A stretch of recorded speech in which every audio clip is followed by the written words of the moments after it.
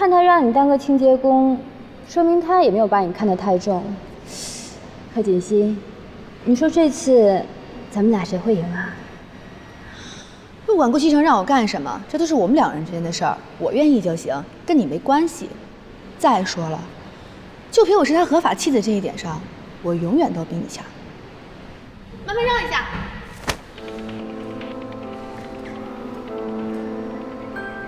该死的贺锦熙，怎么变得这么牙尖嘴利了？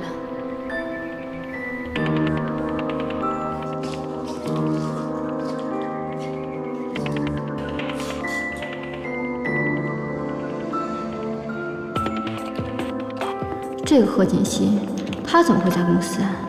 难道是怕别人接近顾西城，所以特地来看着他？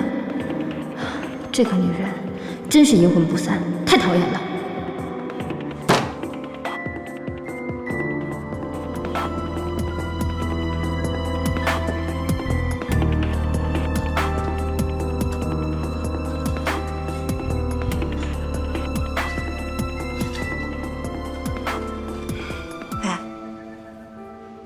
干嘛呢你？对我有意见？陆姐，不好意思啊，我刚刚不是故意的，您别误会。你是我们顾总特招上来的人，我哪敢误会你呀？还有，我也没比你大几岁，你可千万别叫我姐。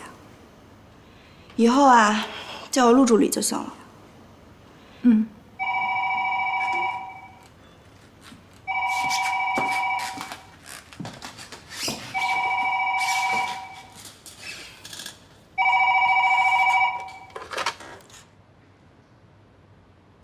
一个小小的助理就敢给我脸色看，等以后我成了总裁夫人，一定让你走人。贺锦熙来公司上班，顾西城应该是知道的呀，那他到底什么意思呢？喂，贺锦熙。我看到暖宫琉璃了，你放心吧。我会尽量看好顾西城的。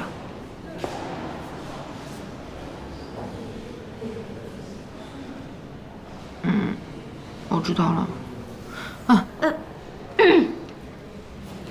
新来的，又偷懒呢？没有啊。你说你第一天上班就这么不用心，你是不想干了？没有。我跟你说啊，别以为你有门路，我就不能把你怎么样。你活干完了吗？